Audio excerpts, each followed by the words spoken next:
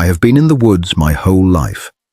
47 years of hunting, tracking, and walking trails that most people do not know exist.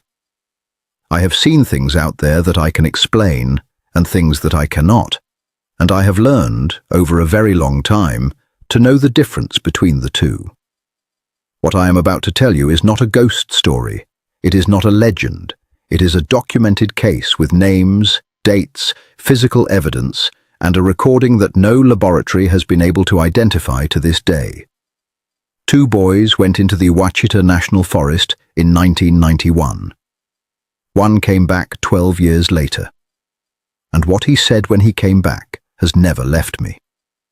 Stay with me through this entire video, because the ending is not what you are expecting, and it is the part that matters most. And if you are new here, and this is the first time you have found this channel, hit subscribe. Because this is one of many, and some of them are going to keep you up at night. Let us begin. In the summer of 1991, two 12-year-old boys walked into the Ouachita National Forest in western Arkansas, and only one of them ever came home. That is the official record. A missing persons case out of Polk County, opened on August 14th, 1991, and technically never closed. Two brothers, identical twins, Daniel and Marcus Holt, last seen by their father at the trailhead of a fire access road outside the town of Mena at approximately 7 in the morning. Their father told investigators they had gone out to look for arrowheads along a creek bed they had found the previous summer. He said they knew the area. He said they had done it before. He said he expected them back by lunch. They were not back by lunch. By nightfall, a search party of 43 volunteers, 2 tracking dogs, and a Polk County Sheriff's deputy had covered the first 2 miles of trail in both directions from the point of last contact and found nothing. No footprints beyond the first quarter mile, no clothing, no arrowheads, no sign of the boys at all in either direction, as if the forest had simply absorbed them at a specific point and closed over the top. The search ran for 11 days. State police joined on day 3. The National Center for Missing and Exploited Children issued a bulletin. The Holt family appeared on a local news broadcast. Their father, a man named Gerald Holt, a mechanic who had moved the family to Polk County from Texarkana 2 years earlier, sat in front of a camera and said the only thing a father in that position can say. He said, "Please bring my boys home." Nobody brought them home. The case went cold inside of a year. Investigators had no evidence of foul play, no witnesses, and no leads that extended beyond the trailhead. The prevailing official theory, stated carefully and never committed to paper in those exact words, was that the boys had become disoriented in the forest, possibly crossed the river, and that the Ouachita had taken them in a way that left nothing to find. It was the theory that closed the file. It was also the theory that Gerald Holt refused until the day he died to accept. He kept the missing persons bulletin on the refrigerator for 12 years. In the spring of 2003, a man walked into the Polk County Sheriff's Office in Mena, Arkansas, and told the desk deputy that he needed to speak to someone about a cold case involving 2 missing boys from 1991. The deputy, a woman named Carla Sims, who had been with the department for 6 years and had never heard of the Holt case, pulled the file and called her supervisor.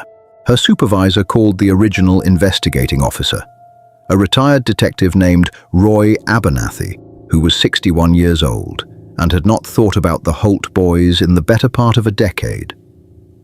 Roy Abernathy drove to the station in 20 minutes. The man sitting in the interview room was 24 years old. He was thin, with close-cropped hair and eyes that Deputy Sims later described in her incident report as extremely alert. The kind of alert that is not comfortable to sit across from because it does not blink at the right intervals. He was wearing clothes that were clean but did not fit him well, like they had been bought recently by someone who was not entirely sure of his own measurements. He had no wallet, no phone, no identification of any kind. He told Roy Abernathy that his name was Daniel Holt. Roy Abernathy placed a photograph on the table. A school picture from 1990. 2 boys in matching blue shirts, identical faces grinning at a camera. He asked the man to identify the people in the photograph. The man pointed to the boy on the left and said, "That was him." He pointed to the boy on the right and said that was Marcus. Roy Abernathy later told a researcher named Paul Ketrick, who spent 3 years investigating the Holt case and published his findings in a 2009 independent monograph, that in 30 years of law enforcement, he had interviewed a great many people about a great many things, and that Daniel Holt was the most difficult person he had ever tried to read. Not because he seemed dishonest, because he seemed like a man who was telling the complete truth and knew that the complete truth was not going to be believed and had decided to tell it anyway. What Daniel Holt told Roy Abernathy in that interview room took 4 hours and was recorded on a standard cassette tape that Polk County still has in a filing box somewhere in their record storage. Paul Ketrick was given a transcript. Portions of that transcript became the foundation for everything that followed. Daniel said that on the morning of August 14th, 1991, he and Marcus had found something along the creek bed that they had not been looking for. Not arrowheads, something else. He described a structure, not a human structure, a collection of large branches and stripped saplings, arranged in a form that had no natural explanation, built against the base of a granite shelf, about 1.5 miles off any marked trail, in a section of the forest that neither of them had visited before. He said it was tall, taller than their father, taller than anything he had seen built by hand. He said they heard something before they saw it. A sound, he told Abernathy, that he had spent 12 years trying to find a comparison for and never had. Not an animal sound in any category he knew, not a human sound either. Something that used frequencies he felt in his chest before he heard them with his ears. A long, rolling vocalization that bounced off the granite shelf and seemed to come from multiple directions at once. Marcus had grabbed his arm. They had stood completely still for what Daniel estimated was between 2 and 4 minutes. Then it stepped out of the tree line. Daniel Holt's description, as transcribed from the recording and reproduced in Ketrick's monograph, runs to 11 pages. The core of it is this. The figure was bipedal. It stood between 8 and 9 feet tall based on its height relative to the structure behind it. It was covered entirely in dark, reddish-brown hair, thick and matted in some places, smooth in others, like an animal that had been in weather. Its face, which Daniel said he saw clearly because it looked directly at them for an extended period, was flatter than a primate's face and more proportional than any bear or large animal he could think of. It had a brow ridge. It had a nose. Its eyes were dark and set deep, and it looked at them, Daniel said, with an expression he could only describe as consideration. Not aggression, not fear, consideration. The way a person looks at something they are deciding about. They did not run. Daniel said later that running never occurred to him as an option in the way it should have. He said the vocalization they had heard, and the ones that followed it from deeper in the tree line, had done something to his sense of urgency that he could not explain technically. Marcus, he said, had simply sat down on the ground. Not from fear, at least not from fear alone. He sat down the way you sit when you stop pretending to be somewhere you aren't. What happened over the hours that followed is the part of Daniel Holt's account that Roy Abernathy, in his own words to Ketrick, found the most difficult to process. Not because it was dramatic, because it was not. Daniel described a gradual, unhurried process of contact. More figures emerging from the tree line over the course of the afternoon, never approaching closer than 30 feet, sounds exchanged between them and with each other. The boys given space and water from the creek, and the sense, which Daniel was careful to describe as a sense and not a certainty, that they were being assessed rather than threatened. By nightfall, Daniel said, they were inside the structure, sheltered, and they were not alone. He said they stayed for 3 days the first time. He said they went back the following summer, and the summer after that. He said that by the summer of 1994, Marcus had stopped coming home between visits. He said that in the fall of 1996, Marcus told him he was not going to come home at all. Roy Abernathy set down his pen at this point in the transcript. You can tell because Kettrick notes a long gap in the recording before the next question. Abernathy asked Daniel why he had come back. Daniel said because their father was getting old, because the bulletin was still on the refrigerator, because Marcus had asked him to come back and tell them that he was alive, and that he was where he wanted to be, and that the place he was in was real, and that it was not something anyone needed to be afraid of. Roy Abernathy asked Daniel where Marcus was now. Daniel said he was in the Ouachita, that he had been there for 7 years and would remain there for the rest of his life, by his own choice, in the company of beings that the rest of the world had spent a long time deciding did not exist. Then Daniel Holt asked if he could see his father. Gerald Holt was brought to the station that evening. The reunion, which Deputy Sims witnessed, was not filmed and not recorded. What she reported was that Gerald Holt identified his son immediately, that there was no hesitation, and that what Gerald said when he saw Daniel standing in the hallway of the Polk County Sheriff's Office was not a question or an exclamation, but simply his son's name. Twice, quietly, in the voice of a man who had kept a bulletin on a refrigerator for 12 years and had been right to do it. Daniel stayed with his father for 3 weeks. Then he went back into the Ouachita. He has not been seen since.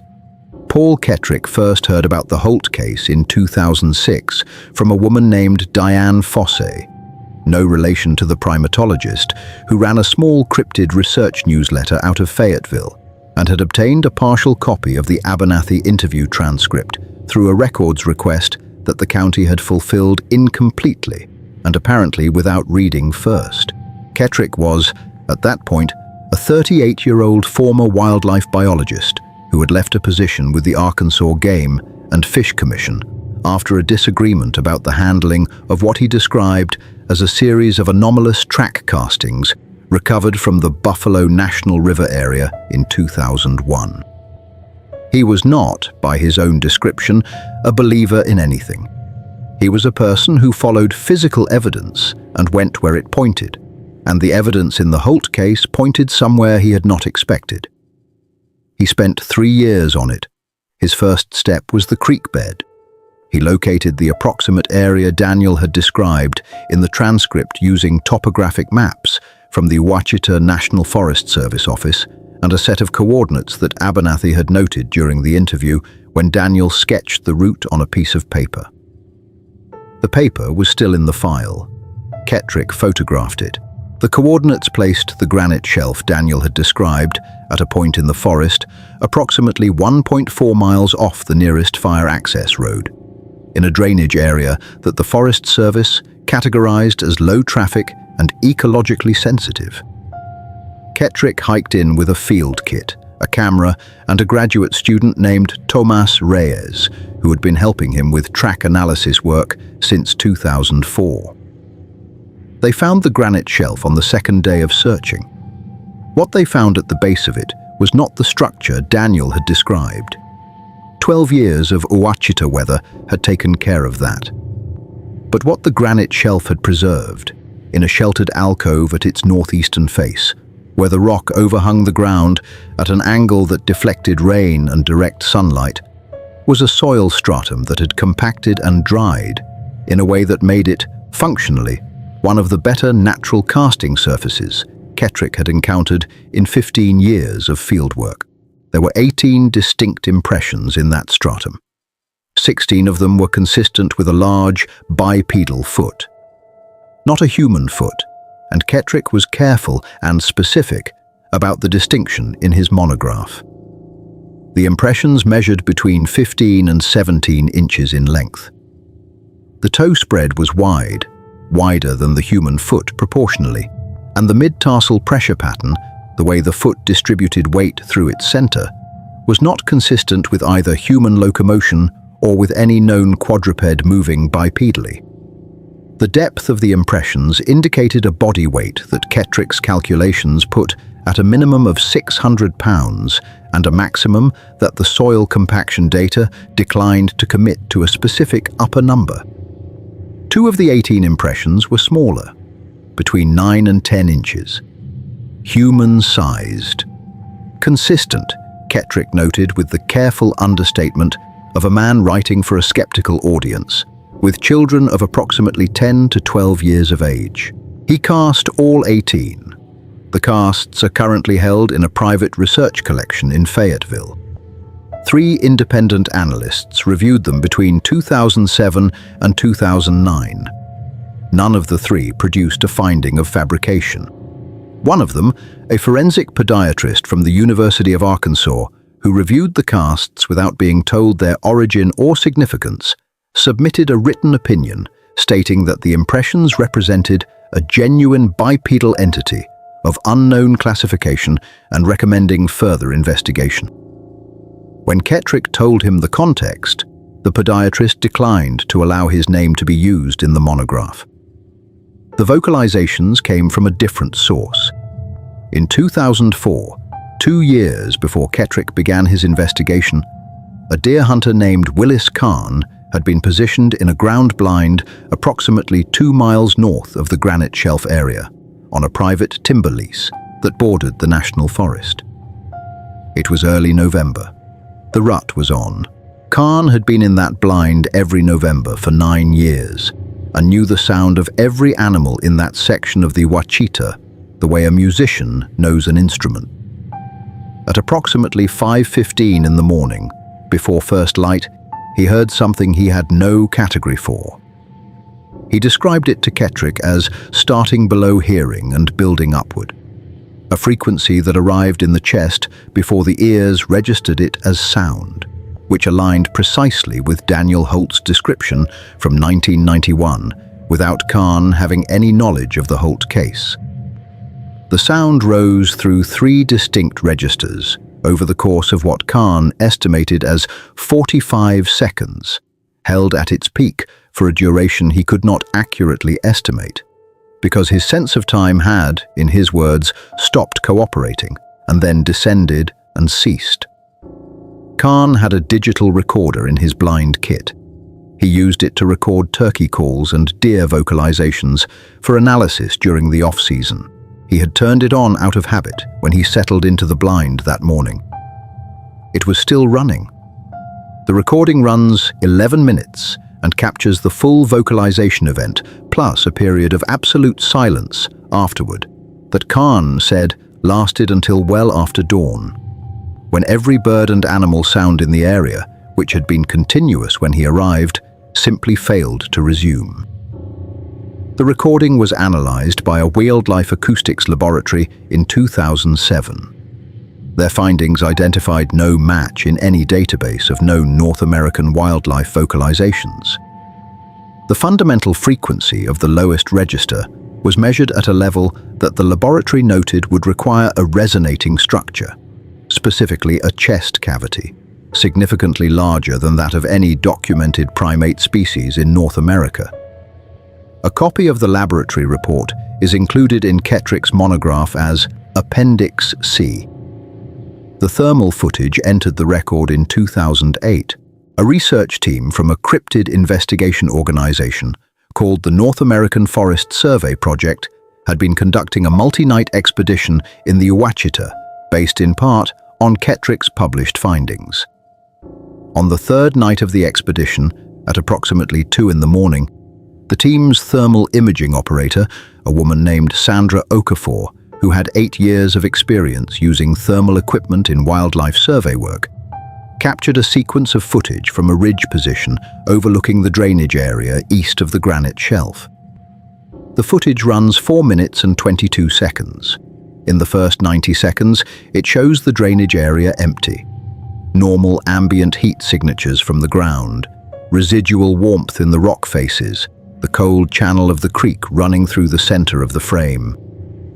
Then, at the 1 minute 53 second mark, a heat signature enters the frame from the left edge. Then a second. Then, over the following 40 seconds, 4 more. The signatures are bipedal. They move through the drainage area in a pattern that Okafor, reviewing the footage afterward, described as purposeful and coordinated, not random animal movement. The largest signature, which maintains a position at the front of the group, is substantially larger than the others. The thermal mass, based on the heat output captured by the equipment, is consistent with a body significantly larger than a human adult. They move through the drainage and out of the frame on the right edge in approximately 3.5 minutes. The footage has been reviewed by 3 thermal imaging specialists and 1 wildlife biologist. The wildlife biologist's written assessment states that the movement pattern and thermal signatures are not consistent with any known species and recommends formal scientific investigation. The footage has not been submitted to any academic journal. Okafor has stated that she intends to submit it and has not yet done so. Her most recent public statement on the subject, made at a research conference in 2011, was that she was still considering the implications. What the Holt case, the Khan recording, the Kettrick casts, and the Okafor footage have in common is not simply their geography, though the fact that all 4 originate within a 12-mile radius of the same drainage system in western Arkansas is something that researchers in this field have noted at length. What they have in common is something harder to categorize and easier to dismiss, but impossible, if you sit with it long enough, to entirely set aside. None of them read like performance. None of them have the shape of a hoax looking for an audience. The Khan recording sat in a drawer for 3 years before he mentioned it to anyone. The Kettrick monograph was self-published in an edition of 200 copies and took 4 years to reach even a small research audience. Gerald Holt never sold his story. He never appeared on television. He kept a missing persons bulletin on a refrigerator in a house in Mena, Arkansas for 12 years. And when his son walked into a sheriff's office and gave him back half of what he had lost, Gerald accepted it and did not ask for more than that. He died in 2011. Daniel did not attend the funeral. A card arrived at the Holt house 3 days after the service, postmarked from a post office in Mena, no return address, containing a single sheet of paper with 4 words written on it in handwriting that Gerald's daughter-in-law, who had known Daniel briefly during his 3 weeks home in 2003, identified as his. The card said, "He was with me." The Ouachita National Forest covers 1.8 million acres. The section of it that encompasses the Polk County drainage area, the granite shelf, the creek bed, and the 12-mile radius that contains every piece of documented evidence in this case is designated as a natural area, with no maintained trails and no scheduled resource extraction. The Forest Service patrols it periodically. Researchers have applied for and received permits to conduct non-invasive surveys there in 2009, 2012, and 2015. None of the surveys have produced a definitive finding. None of them have produced a definitive absence either. Marcus Holt would be 44 years old this year. By every legal standard available, he is a missing person whose case has never been closed and whose fate has never been officially determined. By the account of the only person who claims to know where he is alive and present and precisely where he chose to be. The file at the Polk County Sheriff's Office still lists him as missing. The forest does not comment. Whatever is in the Ouachita has been there longer than the records that try to explain it, longer than the frameworks built to contain what is and is not possible, longer than the particular human habit of deciding that something does not exist, because acknowledging it would require too much revision of everything built on the assumption that it doesn't. Daniel Holt walked out of that forest once. He went back. The question that nobody in this case has been able to answer, not Abernathy, not Kettrick, not Okafor, not the forensic podiatrist who would not give his name, is not whether what Daniel described is real. The question is what it means that Marcus, when given the choice, stayed, and what it means that the forest, for 33 years, has kept that answer entirely to itself.